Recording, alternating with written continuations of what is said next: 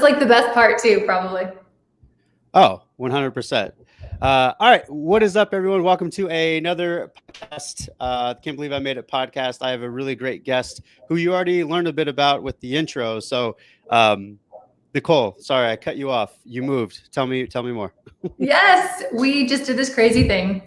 Decided to relocate our family from PA down to Florida, which is honestly something I never in a million years thought I would do.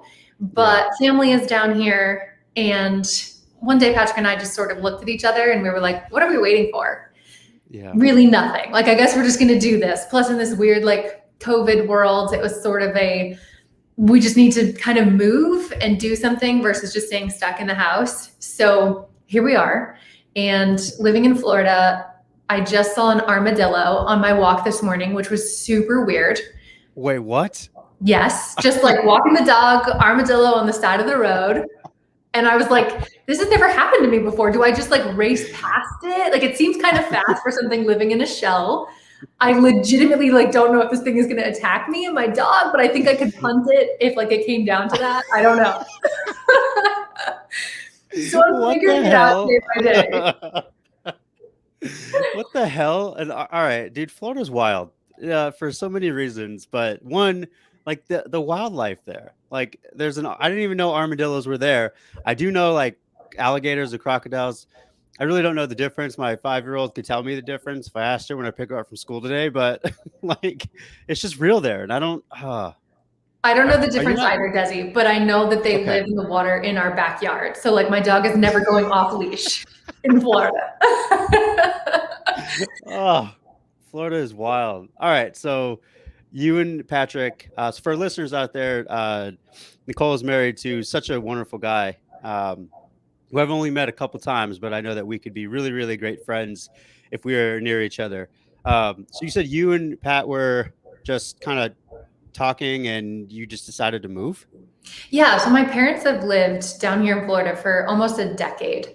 And they have always tried to get us to move down. And it's always been our stance, like, we're just not Florida people. Like, we lived in a small town, Lancaster, PA, and we loved it. Like, we loved it there. But yeah, my parents are getting older. My dad's probably not going to be mobile for much longer, which as a former professional athlete is like a really big mind fuck for him. So we've always wanted to be around him during his most active years. And we realized like that window was closing. On a flip side, Patrick and I had talked about growing our family through the process of adoption. And my mom wants grandchildren more than she wants anything else in the entire world. So she's kindly offered her services, which as a entrepreneur, married to an entrepreneur, is like gold, right? So the two just kind of came together and we were like, well, if we want to do this, why not now? Yeah. So I was conflicted, like, to be completely honest with you. Even being here now, I'm like, is this where I'm supposed to be? I'm not sure, but here we are. We're doing it. I love it. And you know what? Thank God, or whoever your higher being is, for like parents-in-law, because I always joke on this pod, and for our listeners out there, you've already heard this story, but I'm going to repeat it because it's my podcast. My mother-in-law was supposed to come down for 3 months to help. And she never left. She bought a house that's like 3 blocks away from us, and it's super convenient. So shout out to the parents-in-law out there that really want to be involved, because you all are the gems. And I can definitely understand that both of you being entrepreneurs, like that stuff is gold. I just don't know how parents do it. And we're not parents yet, so I'm speaking from that perspective. But as a business owner, I just don't know how you juggle like meal times and play times and pickups and daycare and all of these things on top of trying to run a business. And Patrick is a personal trainer, so his schedule is usually split and completely different from mine. So I was just like, we're not going to be able to make this work without help, without family. Yeah. So yeah, I don't know. I mean, I'm 5 years into it. I still don't know what the hell I'm doing. I have no idea.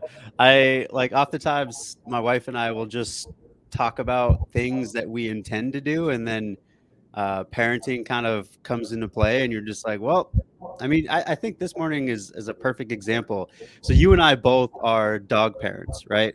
And I do want to hear a bit more about the pup. So this morning we woke up to just the biggest mess in our dog's crate, and then on top of that, like, we're cleaning that up.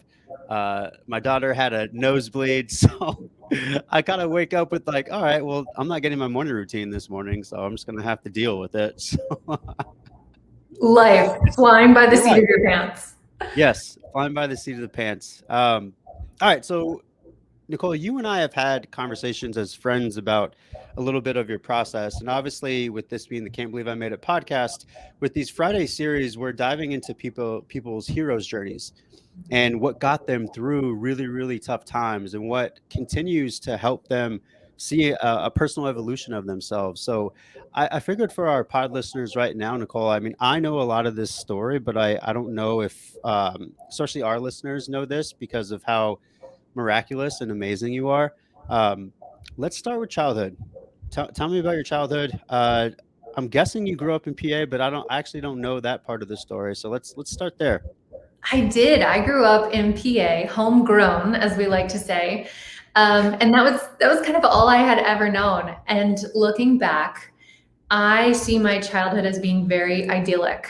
I grew up Mhm. in a wonderful family with two very loving parents. I had a brother who was 2 years younger than I was, and we were so close that people would mistake us as boyfriend and girlfriend when we were out. Just because we were so affectionate, you would have Yeah, his arm over my shoulder, we'd yeah. laugh instead of fight. And I think a lot of people thought that was a bit foreign for siblings. Grew up in a very conservative Christian environment, and I never saw anything wrong with my childhood. Life felt perfect, which is a Mhm. word I'm using very deliberately, but I I know. never wanted for anything, and life just sort of felt like it should. And I Yeah. never really ran into any big moments when I had to kind of address what was going on or address my belief system or address really any part of who I was. I just grew up trying to take the next step and meet people's expectations and follow the rules and do what was right and avoid, bad behavior or sinning or some of those words that we would throw around. So that was my childhood, and it was great. Looking back on it, I can't say that I would have changed a whole lot. It was Yeah. perfect. Well, I love the fact that you're already alluding to. See, you're such a great storyteller too. This is why I love. I mean, as entrepreneurs, we all have kind of grown up with one another, if you will, and so I have favorites who I'll read their captions because I know a lot of the people that I do read put a lot into it. And I feel like, Nicole, you have that skill set. And it's something that you really enjoy. So I already love the fact that you're already starting to put in little nuggets for our listeners there within your story. So you mentioned the term a couple times, and you said that you mentioned it deliberately. So you mentioned perfect. Yes, Tell which us is more. actually a word my therapist doesn't let me use anymore. Thank goodness for her. Stephanie, you're Yeah. amazing. I, like I said, grew up in a very privileged environment, and Hmm. life just sort of went along as I thought it should, as I was expecting it to. And I was Yeah. always acting in a way that I was expected to. So I'm a firstborn, type A, people pleaser, and I really get satisfaction from praise. Words of affirmation is my love language. So Mhm. basically, I was just like on a roll student, doing all the extracurriculars, meeting these expectations for the accolades. And life felt Mhm. great because I was able to push myself, meet these high expectations. And I felt like that was the right thing, the good thing. My brother, on the other hand, was not like that. He was probably the healthier one of the two of us. And he was like, Yeah. I don't know that I just want to fall in line and Yeah. kind of conform to this system. So that brought up a lot of insecurity for him and a lot of confusion, a lot of questioning. And that led him to seek out substances. So he became addicted to heroin, and Mhm. it popped the perfect bubble. So Yeah. what I knew as being this perfect family, this perfect environment, this perfect upbringing completely shattered. And because I had not really needed to face any hard thing prior to that moment, I had no tools. I had no coping mechanisms. I had no outlets. I had no resources. Mhm. So as a result, I tried to control the uncontrollable by way of starving myself and overtraining. So I Okay. couldn't control my brother's behavior. I remember walking into his bedroom, like sobbing, like, can you please just stop? Like, can you please look at what you're doing to mom and dad? Overdose after overdose. We'd end up in the ER, the ICU, and I'd be like, please, please. And I didn't understand the science of addiction at the time. Yeah. And I remember him saying, I wish I could, but that's Yeah. just not how this works. Yeah. So needless to say, did a lot of research on the disease that is addiction, and now I understand much more clearly. But at the time, I felt so out of my depth and out of control that the only false sense of control I could manipulate was eating 999 calories a day and running 5 miles and making sure that I was following the rules and I was showing up perfectly because he wasn't. Yeah. So that was sort of the start of a real downward spiral that brought me ultimately to where I am today.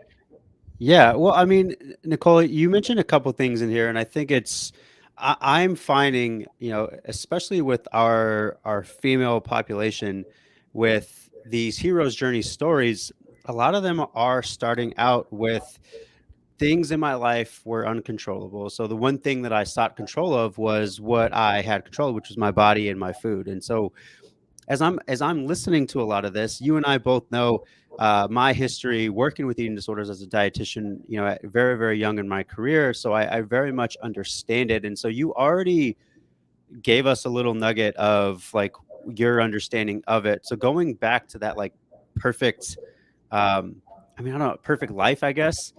What is your understanding about back then that really maybe triggered your brother? Like, what is your understanding of that? Yeah, that's a great question.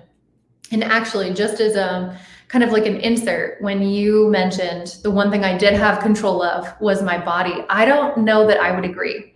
So growing, and this is a completely different conversation, but growing up in that conservative Christian culture, a female body is not her own. I was very much raised in purity culture. So yes, Yes.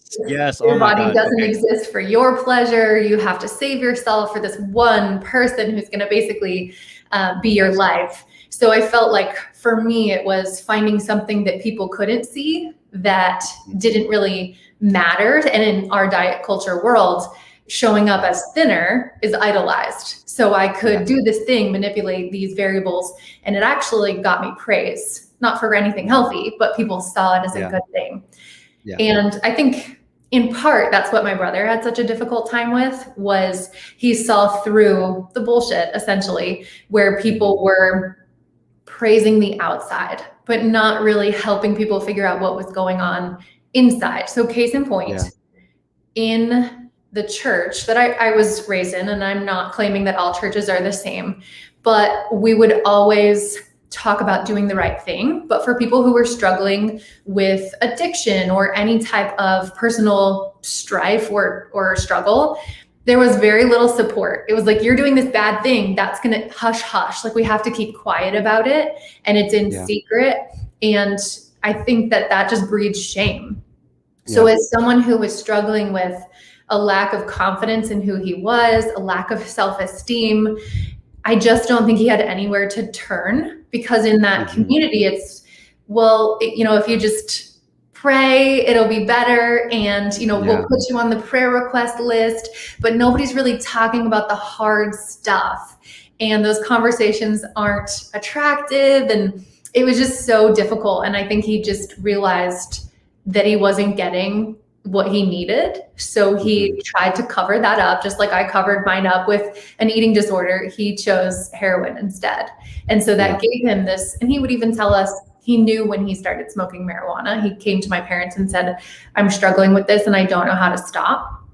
And he knew that gave him this confidence. He said, I like who I am when I'm using. I can show up and I don't have that anxiety. I don't have this insecurity, and I can actually just be myself. So it was basically permission granted to show up authentically where he felt like he couldn't otherwise, in my opinion. Yeah.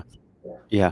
No, I love the fact that you dove into what we understand within that like Christian culture. I grew up in the same type of culture. So like I know exactly what you're talking about. And I think it is so perfect for what we're seeing right now in Texas with like a female body is not her own.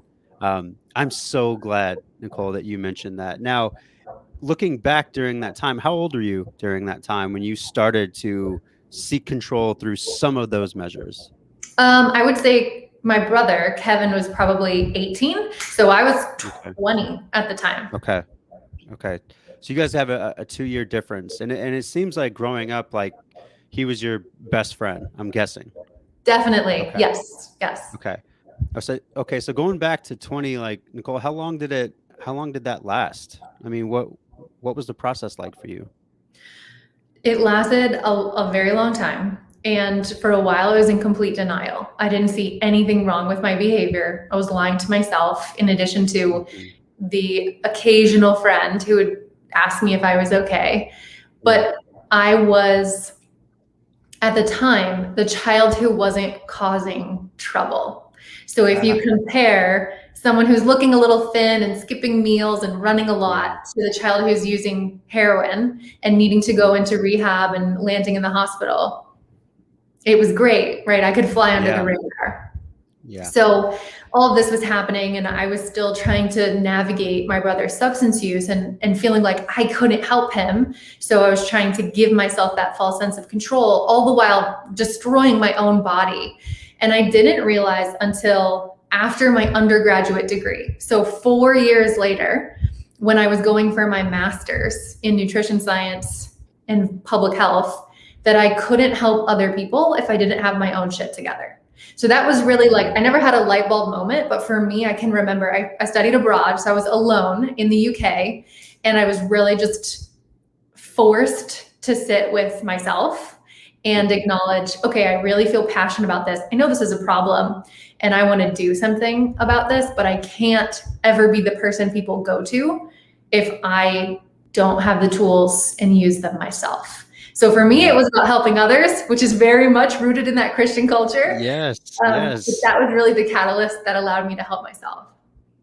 I love that. I don't know. I remember watching this movie, and I'm gonna have to put this back in the show notes just so that people can see it if they are interested in it.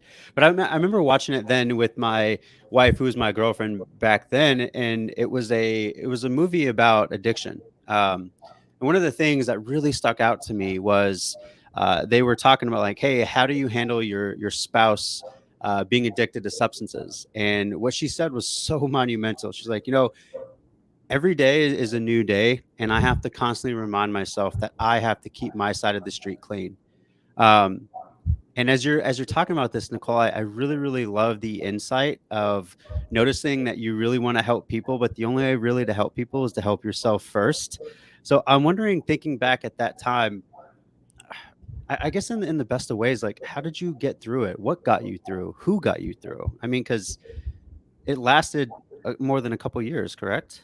Yeah, definitely more than a couple of years. And I would say, I think like the future promise of helping people I didn't know yet is what got me Yeah. through. Because at the time, my parents didn't really know how to support me. They tried. I wasn't really receptive to Hmm. going to some of the groups that they had recommended at the time. Therapy had sort of a stigma around it. Later on, I decided myself to go to therapy, which I'm so glad I did. I would highly, highly recommend. 10 out of 10. Cheers. Yes. Cheers to that. And I think at the time, I I wasn't really being helped. I was just surviving. And it wasn't until I had a doctor's appointment. I hadn't had a period in over 3 years. And the OBGYN brought me into the room, wouldn't even do an exam, and just said, I don't need to look at you. I know what your problem is. And I was enraged, still in denial at that You time. know my secret. Yeah, I went home and I was like, he doesn't know what he's talking about. I just eat really healthy things. And all Yeah. the while I was not eating enough, nearly enough. And so that was really the point where I realized, oh, nobody's helping me. So Mhm. I need to help myself. And I don't know how to help me because I didn't have the tools. And growing up in this conservative Christian community where you put others above yourself and Mhm. you make sure that you're a servant, it was wrong to put yourself first. Like for me, recognizing that self-care didn't equal selfishness was a really big association that I needed to break. And so I just kept thinking about the people that I wanted to help. I couldn't help future female athletes who aren't eating enough if I didn't have my menstrual cycle and wasn't eating enough. I couldn't help people who were struggling with life traumas by starving themselves and overtraining if I was doing the same thing. So it was almost like that future promise of I want to be someone who helps a lot of someone's. And so I need to figure out how to help myself throughout that process. All right. I'm gonna put your feet over the coals right now because I'm wondering what your take is on this, because I have a take. When we look at the culture of I'm going to use the term culture. If we look at the culture of religion, and in this case, again, just like Hagan, just like you said, like not every church is the same. In my experience, they are all very, very similar.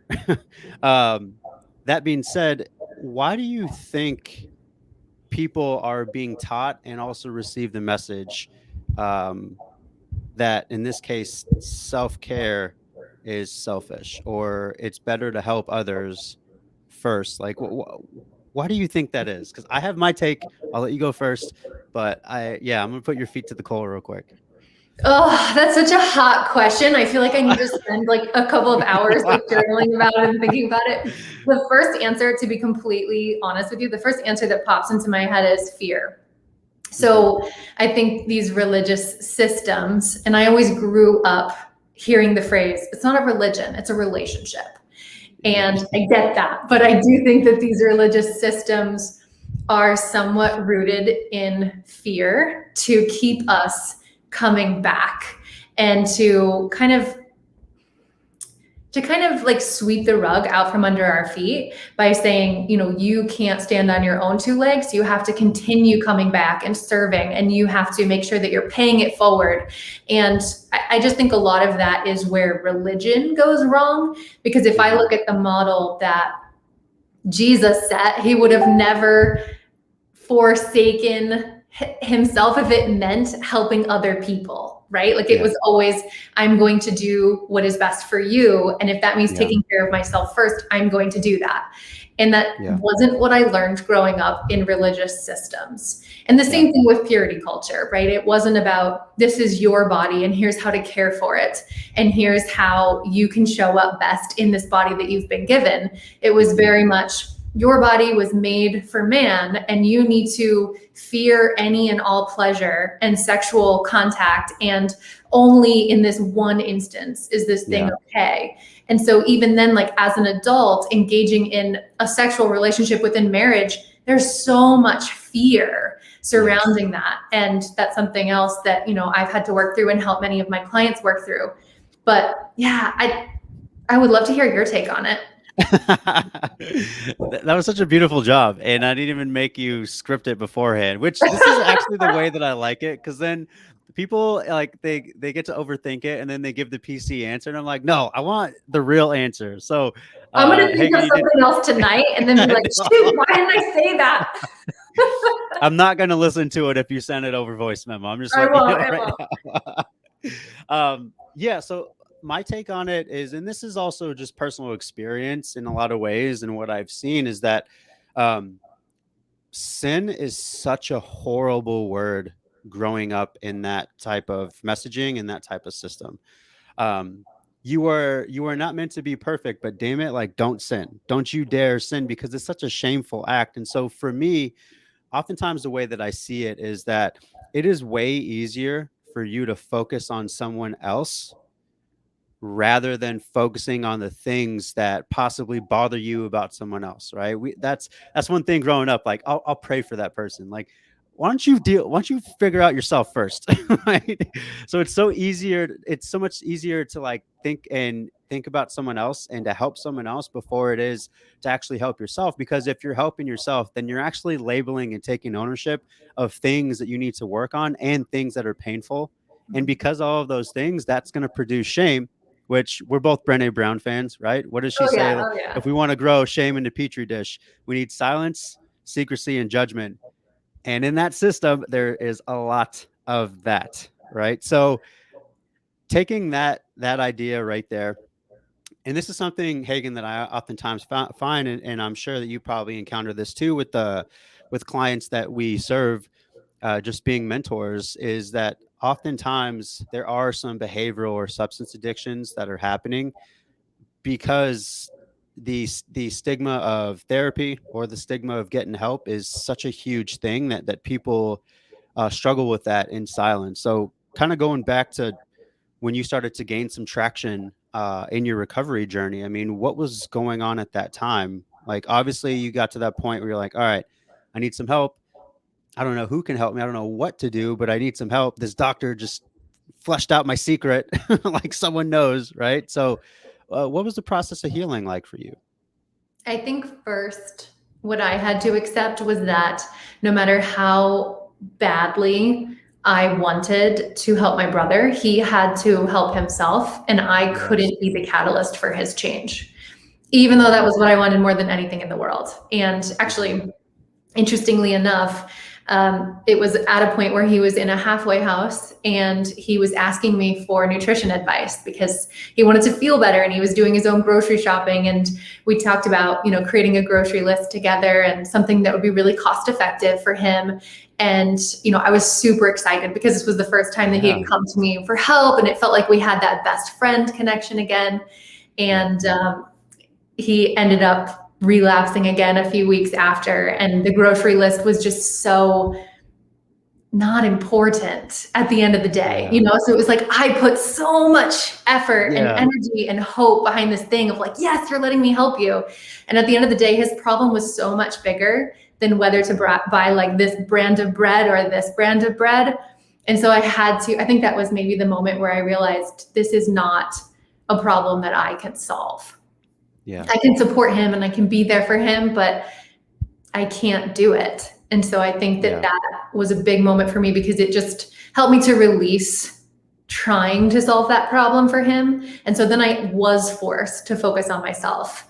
And at that point, again, I had had this doctor's appointment. I was also fracturing hips because my bone density was Swiss cheese at that point. So I was really slapped in the face. Like, talk about learning a lesson the hard way. I Yeah. Yeah. really took it to the end and was basically forced to face the fact that I wasn't eating enough and I had to let go of my unhealthy coping mechanisms like my fitness pal, and I had to stop tracking and I had to stop running obsessively. And ultimately that was the hardest thing, was like dealing with my own shit and recognizing why I was doing this to begin with, because it didn't have anything to do with food. It didn't have anything to do with the fact that like my mom forced me to diet at age 12 or someone told me I was over it. Nothing like that. Nothing. It was just this sense of control that I was looking for, and food was accessible. So Yeah. I really had to do that work. And it actually wasn't until my brother passed away from an overdose that a couple months later, I started going to therapy because I wanted to Mhm. work through that grief and hit that loss and not fall back into those unhealthy coping mechanisms. And Mhm. so I actually, full transparency, I gave my husband the trump card.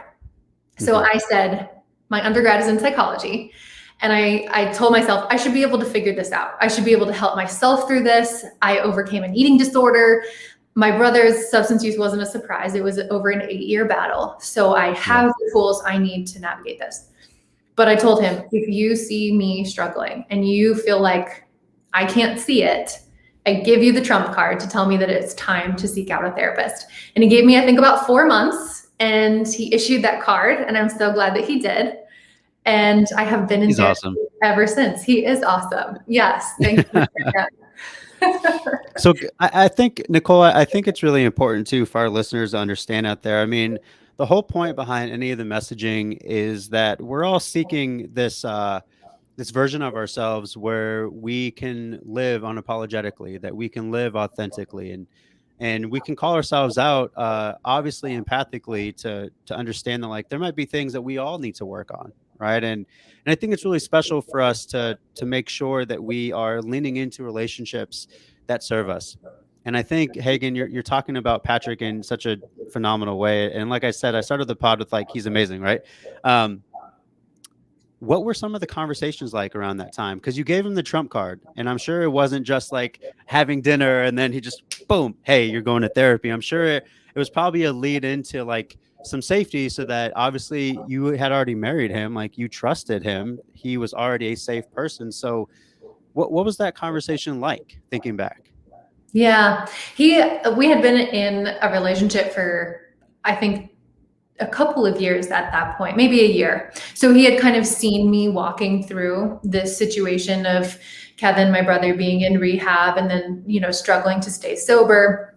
And we had talked about how it was such this big, giant secret issue for me and for my family, because at the time still we weren't super open and transparent with bringing it up at church or in small groups. It still felt like this big, ugly thing that was growing underneath the surface, but nobody would really just sit down and talk about. So Patrick was the person I could sit down and talk about it with. Like, here's what I hate about addiction, and here's what I don't understand, and here's where I can see where we're the same, and this is, a biological component. And I just had someone who would have those conversations with me and who would support me in doing research and even just being like a shoulder to cry on. And so it was actually at my brother's funeral that he spoke up and spoke for me, because I felt like I couldn't. So he knew what a huge loss this was for me. It wasn't a surprise. Kevin was my only brother. So it was just such this gaping hole afterwards. And so I think at the time, it was a lot of tearful conversations about, I don't know how to move forward. Like, I don't know what comes next. Now I'm the only remaining child. I felt an obligation to my parents at the time to convolute the issue.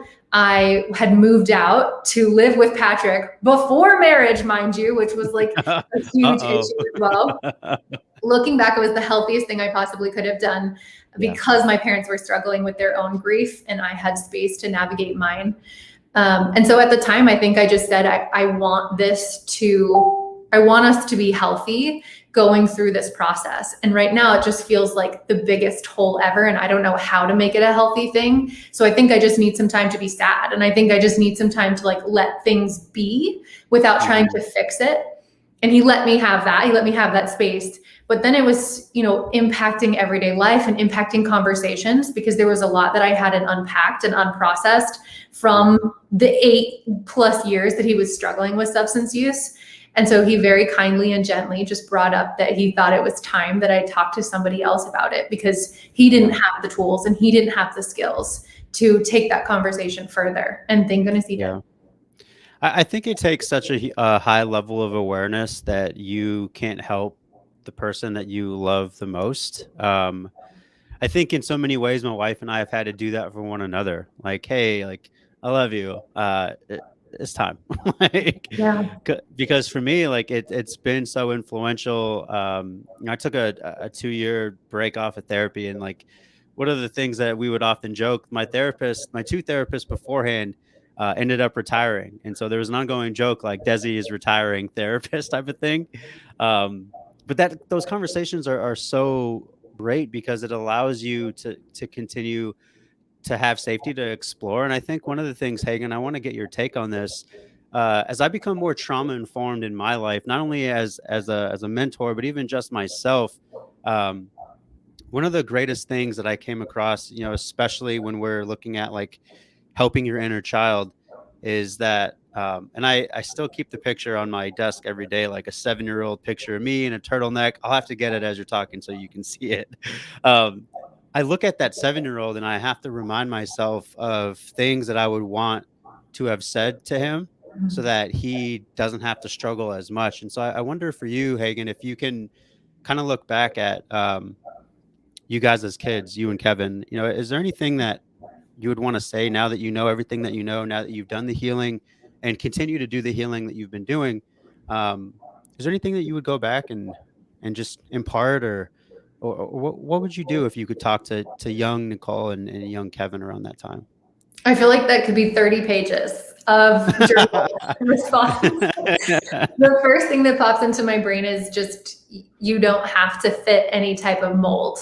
I really think that trying to meet the expectations of others and to do the right, moral, just thing, it was a lot of pressure and there was no flexibility. to do something wrong and to mess up and to go to somebody about it and say, I did this thing and it totally sucks and I'm so lost, I don't know what to do about it. I didn't feel comfortable messing up, so I erred on the side of being perfect. And my brother didn't feel comfortable messing up, so he hid behind substances. And I think if we were just given permission to mess up and to do the wrong thing, had sin not been looked at as being like the worst possible scenario that's going to deem you to hell for all of eternity, like, I think we just would have messed up and then maybe been able to talk through it. Or I also think relinquishing the stigma around therapy would have been super helpful too. For my brother, I think the catalyst for a lot of his substance use was my dad struggling with a brain aneurysm, and he didn't know how to deal with that loss at the time. And maybe that's something that he should have talked to somebody about, but we just, you pray about it. And that was what we were told to do. Yeah. And again, I just want to be very, very clear with our listeners out there. I mean, if you have a church and a system that you really believe in and that you get fulfilled with and they fill your cup, more power to you. And this is just like our personal takes on our experience with it. And I tend to find that having talked with others, that it's very similar. And so I wonder, and so for our listeners out there, I want to be very clear. I talked about this in the intro that you all heard before we started the pod. Nicole, you have been an ongoing motivation for me. Just not only just respecting you and your message and who you are as a person, but even more so just as a friend. You've been such a really, really big part in what I deem as continuing to make it, right? So Can't Believe I Made It podcast. So for you, what have you taken from these experiences into what you're doing now? Because, I've been a part of your team and group calls. I can imagine that people love working with you, and it makes total sense to me. So what have you taken from, the first 25 years of just trying to figure out what healing looks like? That's a loaded question. And I hope that my clients love working with me. Thank you for saying that. I think the first thing that I have taken is just, and this is something I would tell my younger self too, and my brother. Yeah. You're good enough. Like, you are good enough, just as you are, in the body you have, acting the way that you are. Like, even if you're doing things that the world tells you are not fitting the mold, you are good enough. And I think so many of us, myself included, are trying to achieve something to gain a higher moral status or to gain more worthiness or more enoughness. We reach that milestone and we realize, oh, I don't feel any better. Like, this isn't any more worthy than I was. So I must not be there yet. I must keep having to try. I was a size 00, emaciated, amenorrheic, and still wouldn't run without a shirt on because I thought I needed to get to the next level. It wasn't about anything physical. It was totally in my head and in my spirit. And I think that is one of the biggest lessons that I have learned. Like, you can want to create change and you can want healthier behavior patterns for your life, but it's not going to make you more worthy. It might help you feel better and perform better and have better health markers. But at the end of the day, like, you are worthy as you are, and nothing you can do or change will alter that status. Yeah. That's probably like the biggest underlying message that I want to make sure all of my clients know. Yeah.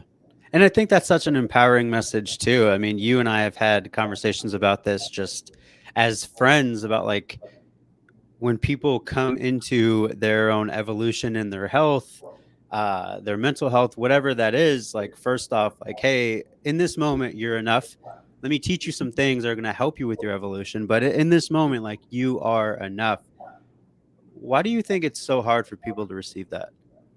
I think because the world tells us that we're not, until we look a certain way or earn a certain amount of money or reach a certain threshold in our career.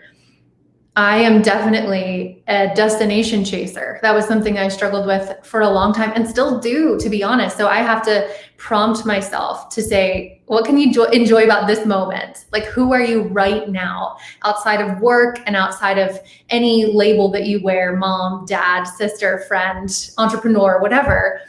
who are you right now? Mm-hmm. And what's great about that person? Like, where are you in life right now? And what's great about that? Because wherever you look, you're always going to see, like, you'll be happier if you're 10 pounds lighter. You'll be happier if you have $100,000 more in the bank. You'll be happier if you get that promotion or you have that fancy car. I don't know. Like, I don't know that I'm any happier having achieved all of these things than I was before. I just have different things now. And I am still just as worthy as I was when I started. So I think it's just counteracting that cultural message of more hustle, hustle, keeping our nose to the grind with, I can be still and I can just appreciate what I have right now and I can be good where I'm at. That wasn't something that was really demonstrated for me. And it's a continual practice. All right. That's beautiful. I got two things. Do you remember? So for our listeners out there, I met Nicole in a really great business mastermind by a really great business mentor that helped us build our businesses together. And so we were part of each other's mastermind, talking with one another, sitting next to one another in-person retreats. I don't know if you remember this moment, but this is totally it's authentic to you and it's exactly what you're talking about. So you and I were sitting next to each other in Phoenix at one of the masterminds, right? We were breaking down like what we wanted, what type of impact that we wanted to make. The impact was very money driven, right? And so there was a moment, I don't know if you remember this, but I remember it just like it was yesterday. There was a moment where you gave your financial goal and our mentor had said like, okay, does anyone have any feedback or comments? And I raised my hand next to you and I was like, knowing who you are, Nicole, like I feel like you're downplaying it. And your rebuttal was amazing because I don't know if you remember this, but your rebuttal had said something like, I don't know if my life gets any better there. And I actually really, really appreciate what I heard, the stillness of my life right now. Do you remember that moment? I totally remember that moment. Oh my God. I remember it crystal clear because, and I'll have you know, I still haven't hit that threshold, probably for that very reason. I don't know that I would be happier if I was there. But I remember thinking, should I earn more? Should I set the goal higher? Is that what the right thing to do is? Is that what's expected of me? Is that what I should do? All of those old stories. And at the time, I remember I only gave that response because I had earned the most that year in my business than I ever have in previous years as an entrepreneur. And I also was struggling the most with my mental health than I ever had in previous years. Yeah. My anxiety was through the roof. My therapist was working overtime. And I remember thinking, well, if this is the cost of adding more numbers to my bank account, accolades behind my name, is it worth it? I don't know. I don't know that question either. I've been listening. Oh my gosh, I got to send it to you because I think you'll really appreciate it. And so for our listeners out there, I'll make sure I put it in the show notes too, because I've been listening to it nonstop. So about probably like 2.5 years ago, I started my morning routine with listening to motivational videos because for me, I noticed that at a very young age, at the age of 7, I started just talking shit to myself. That was when my negative self-talk first started. So for me, when my nervous system is cued towards good things, like I'll start my day. So for the last month, Nicole, I have been listening to the same damn YouTube video every morning. It's 25 minutes. It's perfect for my dog walk with my guy Herc. But one of the things, so he's a Shaolin master. One of the things that he talks about, and I want to get your take on this too. One of the things that he talks about is statuses, and he says that in this case, just with what we're talking about, and it resonates with me fully because like every time I hear it, I'm like, shit. He says you can be rich, but you can't be richness because richness will leave you at some point. Because rich implies that there is poorness. And that is also implied that poorness has come before or it will come after. And when I heard that, I was like, fuck. Because it's right in line with what we're talking about, right? It's right in line with how we present ourselves and who we think that we are. And so I'm wondering, Hagan, for you, like, this is obviously the Can't Believe I Made It podcast. So for you, do you feel that you've made it? And if not, what does making it look like for you? Ooh, my immediate answer is no. I don't feel like I've made it yet, but I feel like I sure as hell am on my way. And making it, to me, I think means showing up authentically and living unapologetically in a way that I know, like in my being, and my actions demonstrate that I am enough. Mm-hmm. It's not making a certain amount of money. It's not weighing a certain number on the scale. It is just this self-actualization and this self-awareness that I'm okay with who I am and what I can offer to others as a result of that. I'm not there yet, but I'm working on it. I love it. I love it. All right. What excites you about where you are in life right now? That's a good question. I think what excites You me just moved. You just moved. Brand new life in the swamp. I have to tell you, so as someone who can get like stuck in her head, and being a business owner, there's lots of opportunities for that. Also being married to a business owner, there's more opportunities for that. I have been finding so much joy in my 9-month-old golden retriever puppy, Wesley. You mentioned being a dog parent earlier. He brings me so much joy. And we moved to a house that happens to have a pool in the backyard, which is pretty awesome. And nobody loves it more than Wes. So it has been bringing me so much excitement just to watch him refuse to come out of the water. I will say, all right, bud, we're all done. Come on, we're going to go inside. And he just looks at me and then he just leaps into the deep end and does a couple more laps before coming out. So I think what's really exciting, honestly, Desi, the first thing that popped into my mind is I've reached a point where I am no longer trying to live up to the expectations of others. And I just am asking myself, is this the right choice for me? And what will be the outcome of this? Is that the outcome that I desire? So instead of trying to meet a certain standard or to fit into a certain label, I'm not doing that anymore, which is so exciting. And it's just so freeing, honestly. Yeah. And I guess Florida sort of fits in that. I never saw it for my life. It's, not something that really excited me, but we're going to do it. We're doing it. And Wes is loving it. So we're just going to take it day by day. I love it. I love it. Yeah. I keep seeing these damn dog videos on, obviously TikTok is listening to what I'm interested in, because my feed is really in a certain direction, but it's also all over the place. But one of the things I keep getting is all the damn dog videos that ends with "We don't deserve dogs." And Herc is 10 months, I think. I'm getting there. Like, all right, yeah, we don't deserve dogs. The puppy stages up to this point have continued to be fucking frustrating, but it's also be teaching me more about myself and how I handle like control. So it's great in that way. So I appreciate you sharing your love of dogs. I'm getting there too. And so for my family listening, yes, you heard me right. I'm getting there too. They're wearing us down, but they are precious. It is hard. I will agree with you, but we'll keep them. Yeah. Yes, absolutely. So, all right, Hagan, I got a couple pod questions for you. Thank you so much for taking some time with us. You're amazing. I love you. All right. So obviously this pod, especially with our Fridays Heroes Journeys, it's very hero driven. Like we're trying to become the heroes of our lives. So for you, kind of put your mind space in, and this is what I'm finding too. Like some people are really, really superhero driven, and others are like, Des, I don't even watch that show. What are you talking about? So it's kind of a two-part, right? So I want to know who your hero comparison is. So I want you kind of thinking about superhero, Marvel, like whatever, or who is your hero? So with that being said, go ahead. Not too much into the superhero. I grew up like a Disney fan. So I tend to say, when you say who is your hero, I think of two women immediately. Brene Brown, who you mentioned earlier, and Glennon Doyle. Queen.